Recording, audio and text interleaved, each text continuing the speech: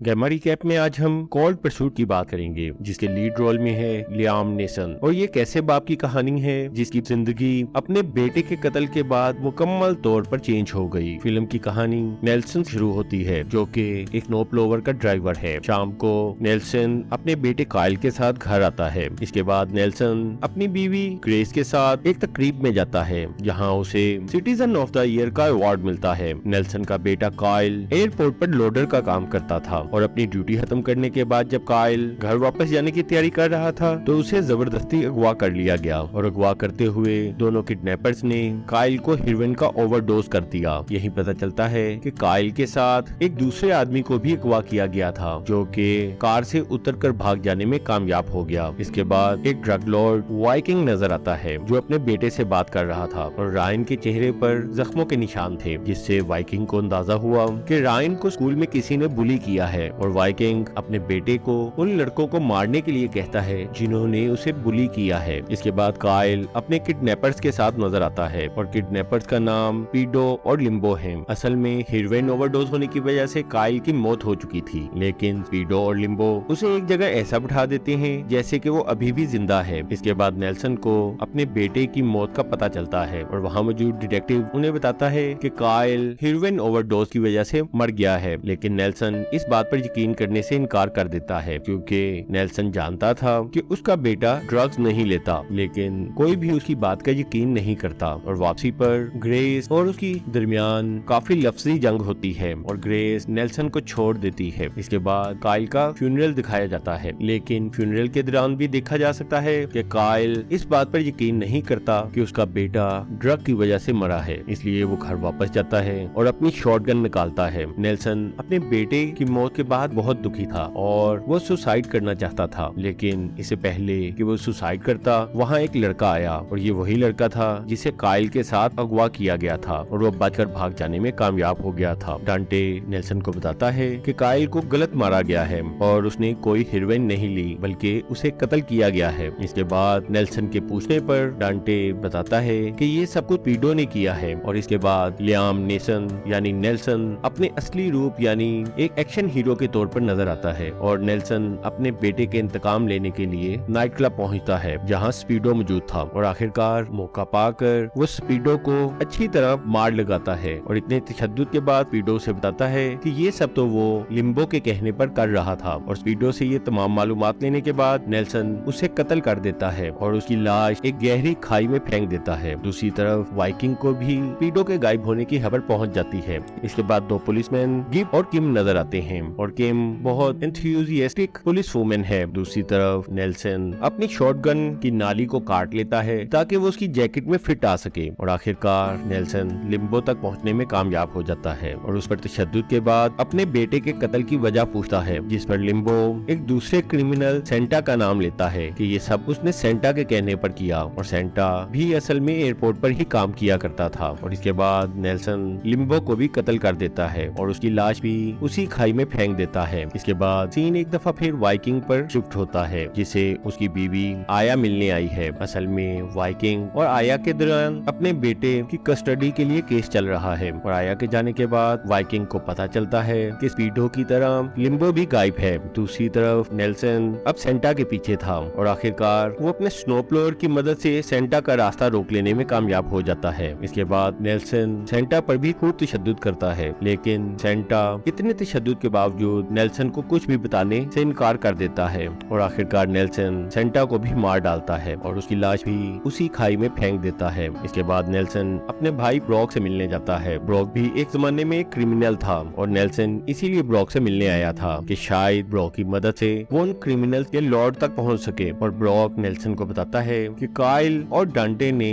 Criminal Lord Viking का एक drug consignment चोरी किया था, इसीलिए यकीनन काइल के मर्डर के पीछे वाइकिंग का ही हाथ होगा। और जब ब्रॉक नेल्सन को बताता है कि वाइकिंग तक पहुंचना तकरीबन नामुमकिन है, तो नेल्सन इंतहाई अज़म से जवाब देता है कि वो हर सूरत में वाइकिंग को मार के ही दम लेगा। अब वाइकिंग के 3 आदमी मारे जा चुके थे, जिसकी वजह से वाइकिंग इंतहाई गुस्से में था और उसे शक था कि उसके तीनों आदमियों को उसके मुखालिफ ग्रुप यानी नेटिव अमेरिकन गैंग ने मारा है और इस गैंग के लॉर्ड का नाम व्हाइट बुल था। इसके बाद वाइकिंग के आदमी व्हाइट बुल के गैंग के एक मेंबर को पकड़ लाते हैं और इस मेंबर का नाम बेबी हॉक था। और जब उसे ठीक ठाक मारने के बावजूद वो वाइकिंग के आदमियों के कत्ल से इनकार करता है तो वाइकिंग गुस्से में उसे ही कत्ल कर देता है। और कत्ल करने के बाद वो उसकी बॉडी को शहर में दाखिले के बोर्ड पर टांग देता है, जिससे व्हाइट बुल गैंग के तमाम अरकान को बेबी हॉक की मौत का पता चल जाता है। और यही पता चलता है कि असल में बेबी हॉक व्हाइट बुल का ही बेटा था और अब व्हाइट बुल वाइकिंग से बदला जरूर लेगा। इसके बाद सीन किम और गिप पर मुंतकिल होता है और किम गिप को बताती है कि उसने अपने बॉयफ्रेंड को साइमन नाम के एक आदमी का पीछा करने के लिए कहा था और ये साइमन असल में बेबी हॉक ही था। लेकिन इससे पहले कि उसके बारे में कोई अहम मालूमात मिलती,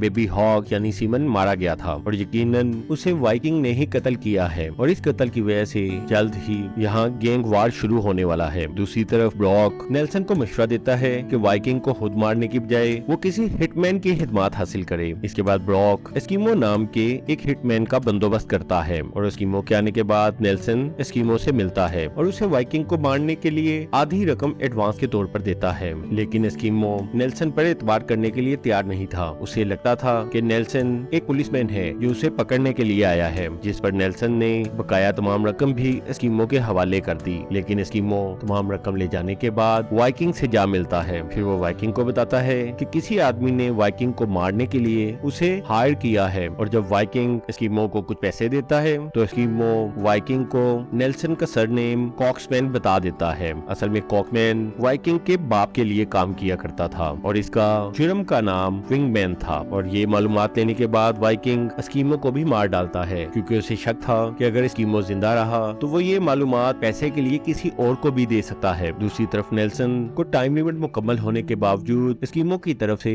वाइकिंग को हिट करने का कोई पैगाम नहीं मिला था। फिर वाइकिंग भी ब्रॉक से मिलने आता है। असल में ब्रॉक का पूरा नाम भी ब्रॉक कॉक्समैन था और वो विंगमैन के नाम से वाइकिंग के बाप के लिए काम किया करता था। और वाइकिंग को इस तरह अपने घर आता देखकर ब्रॉक को अंदाजा हो गया कि वाइकिंग को एस्किमो के बारे में पता चल चुका है। लेकिन वाइकिंग ये नहीं जानता था कि उसे मारने की कोशिश करने वाला ब्रॉक नहीं बल्कि उसका भाई नेल्सन है। और जब वाइकिंग ने ब्रॉक को मारने की धमकी दी तो ब्रॉक ने बताया कि उसे लास्ट स्टेज कैंसर है, इसलिए अब वो मरने से नहीं डरता, जिस पर वाइकिंग गुस्से में ब्रॉक को भी कत्ल कर देता है। फिर पुलिस स्टेशन में किम को उसके बॉयफ्रेंड कर्ट का कॉल आती है और वो उसे बताता है कि जल्द ही वाइकिंग और व्हाइट बुल में लड़ाई होने वाली है। उधर व्हाइट बुल अपने बेटे के फ्यूनरल पर अपने गैंग मेंबर्स को बताता है कि वाइकिंग के बाप के साथ उसकी डील थी जिसके मुताबिक वो दोनों एक दूसरे के काम में दखल नहीं देंगे। लेकिन अब वाइकिंग ने ये डील तोड़ दी है और उन्होंने बेबी हॉक को मार दिया, इसलिए अब व्हाइट बुल हर सूरत में वाइकिंग से बदला लेना चाहता था और इस बदले के लिए व्हाइट बुल वाइकिंग के बेटे को मारना चाहता था। दूसरी तरफ नेल्सन भी वाइकिंग पर नजर रखे हुए था और इसी दौरान नेल्सन को वाइकिंग के बेटे रायन का पता चलता है। ब्रॉक के कत्ल के बाद वाइकिंग को अंदाजा हो गया था कि उन्होंने व्हाइट बुल के बेटे को गलती से मार दिया है, इसलिए वो अपने एक आदमी डेस्टर को मार देता है और उसके सर को व्हाइट बुल के पास भेज देता है ताकि व्हाइट बुल को बताया जा सके कि बेबी हॉक को डेस्टर ने ही मारा था और वाइकिंग आज भी अपने मुहाइदे पर कायम है। लेकिन और डेस्टर को मारने पर वाइकिंग का एक खास आदमी मुस्टैंग बहुत ज्यादा दुखी था क्योंकि डेस्टर उसका बेस्ट फ्रेंड था। अब व्हाइट बुल के आदमी भी बदले के लिए वाइकिंग के बेटे रायन पर नजर रखे हुए थे। दूसरी तरफ किम को दोबारा अपने बॉयफ्रेंड का फोन आता है और वो बताता है कि डांटे भी मारा गया है और उसकी मौत की वजह भी ड्रग ओवरडोज है। और ये सुनने के बाद किम नेल्सन को ये खबर बताने जाती है कि डांटे को भी बिल्कुल उसके बेटे की अंदाज में मारा गया है और इसके साथ ही डांटे भी उसी एयरपोर्ट पर काम करता था जहां नेल्सन का बेटा काइल काम किया करता था। इसके बाद वाइकिंग का एक आदमी डेस्टर की लाश को व्हाइट बुल के पास ले जाता है और वो व्हाइट बुल को बताता है कि बेबी हॉक को डेस्टर ने मारा था और वाइकिंग आज भी अपने एग्रीमेंट पर कायम है। लेकिन व्हाइट बुल उस आदमी को भी मार देता है और उसे कहता है कि बेटे के बदले बेटा ही मरेगा। दूसरी तरफ नेल्सन वाइकिंग के गार्ड के रूप में रायन के स्कूल जाता है। इसके बाद वो रायन को घर ले जाने के बहाने अपने साथ ले जाता है और उसे रायन को ले जाते हुए व्हाइट बुल के आदमी भी देख लेते हैं, जिसके बाद वो व्हाइट बुल को बताते हैं कि उनके अलावा भी कोई तीसरा आदमी है जो वाइकिंग के बेटे के पीछे है। वापसी पे रायन को अंदाजा हो गया था कि नेल्सन उसके बाप के लिए काम नहीं करता, लेकिन इसके बावजूद वो नेल्सन के साथ मुकम्मल मुतमईन था। दूसरी तरफ वाइकिंग को भी रायन की गुमशुदगी की इतला मिल गई थी। फिर थोड़ी ही देर बाद वाइकिंग की बीवी आया बेटे की गुमशुदगी की इतला पाकर वाइकिंग से मिलने आती है और वो वाइकिंग पर जोर देती है कि वो जल्द से जल्द उसके बेटे को ढूंढे। उधर नेल्सन रायन को अपने साथ में घर ले आता है, लेकिन नेल्सन रायन को किसी किस्म का नुकसान नहीं पहुंचाना चाहता था और रायन भी नेल्सन के साथ बहुत मुतमईन था। वहीं रायन नेल्सन को कहता है कि उसका बाप एक गैंग लीडर है और उसने उसे अगवा करके बहुत बड़ी गलती की है और हो सकता है कि वो तुम्हें इसकी बहुत बड़ी सजा दें। लेकिन नेल्सन इस बात का कोई भी जवाब नहीं देता और सोते वक्त रायन नेल्सन को बेड टाइम स्टोरी सुनाने के लिए कहता है, जिस पर नेल्सन रायन को स्टोरी सुनाता है और रायन को सोते हुए देखकर नेल्सन को वो अपने बेटे की तरह ही महसूस होता है। वाइकिंग के आदमी रायन के स्कूल के एक टीचर को पकड़ लेते हैं, जिसने रायन को नेल्सन के साथ जाते देखा था। इसके बाद वो वाइकिंग को नेल्सन के बारे में बताता है। अब वाइकिंग को नेल्सन के बारे में अंदाजा हो चुका था, इसलिए वो तेजी से नेल्सन के घर की तरफ जाते हैं और नेल्सन भी उनसे निमटने के लिए तैयार था। और इससे पहले कि वो नेल्सन तक पहुंचते, वो वाइकिंग को कॉल करता है और उसे बताता है कि उसका बेटा उसके पास है और अगर वाइकिंग अपने बेटे को जिंदा देखना चाहता है तो वो अकेला उसके घर आए। लेकिन उससे पहले ही वाइकिंग के आदमी नेल्सन के घर पहुंच चुके थे, लेकिन उन्हें घर में कोई भी नहीं मिलता क्योंकि नेल्सन रायन को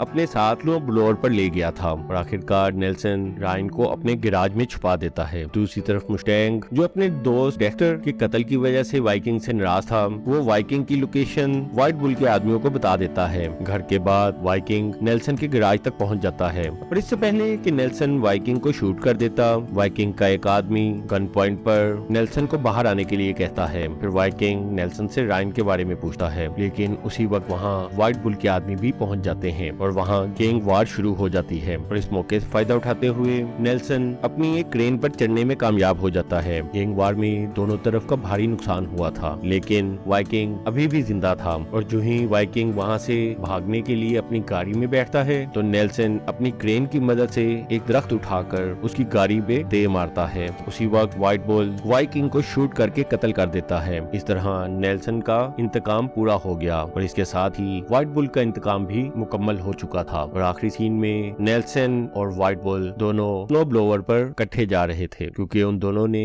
अपने अपने बेटों का इंतकाम ले लिया था।